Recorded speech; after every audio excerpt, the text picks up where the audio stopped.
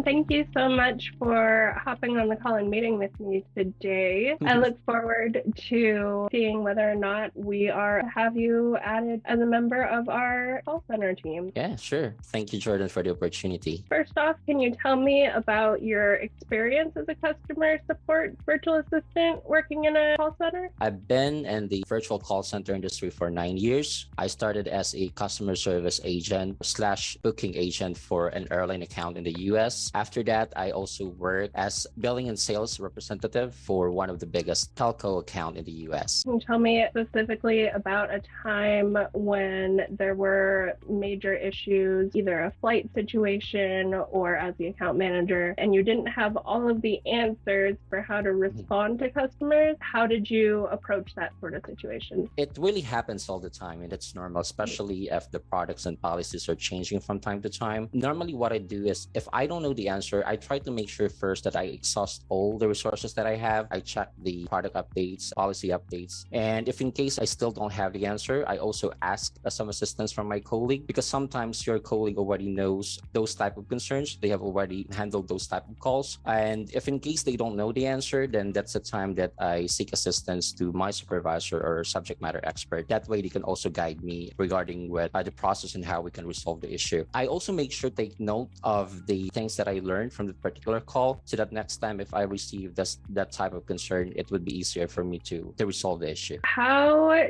do you deal with an unreasonable customer? One thing that I learned is there's always a reason why they're unreasonable, As the representative of the company, it is my responsibility to identify that. Let me just give you an example. Let's say one of my callers started shouting at me on set of the call. They are angry, they're yelling, and they're asking for a supervisor. Most likely, they have already called us multiple times, and the issue is still unresolved, so that's the reason why they're already angry and frustrated. What I normally do is I try to genuinely ask them first the reason why they're angry, and if they could provide me a short background about what happened and their concern. That way, I will be able to assist them. And that's the time that they will give me a short information about the previous call that they have, about their problem. Once they provide me the information and the issue or the reason why they're frustrated, I acknowledge their concern. I usually inform them that it's normal for you to feel that way, especially if that happened to you, regardless of the event. And if I'm in their shoe, I will be feeling the same way too. Those are the things that I'm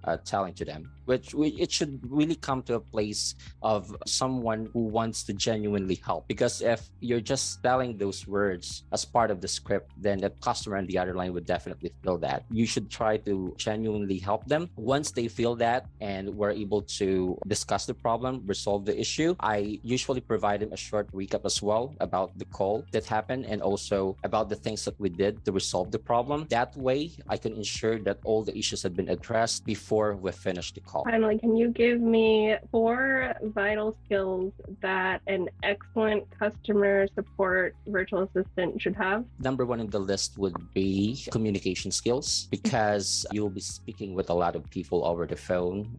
They have different traits, characteristics, and concerns. You should be able to clearly express your thought in order for them to understand what you're saying. You should also be emotionally stable. People are calling you because they have problems and issues. You should not take it personally. You should always try to help them regardless of what you feel or what they say. You should always try to help them not only with their product needs or services needs, but also their emotional needs, which is really important. And you can do that through providing empathy and through making them feel that you genuinely want to help them. You should also be knowledgeable of the product, of course, because again, they're calling because they have some issues. As much as possible, you should be knowledgeable about the products and services that you're offering, and you should be ready to think outside the box, because there are a lot of instances wherein customers will be asking you questions that are not the usual questions that you will be getting. That will come in handy. The last one is efficiency. You must be efficient. As much as possible, you should resolve the issue as quickly as possible, but you need to make sure that you will not sacrifice the quality of your call just because you want to make it short. At the end of the day, if you're a customer service VA, your main goal is to provide quality and excellent customer service to your customers. Thank you so much, and that was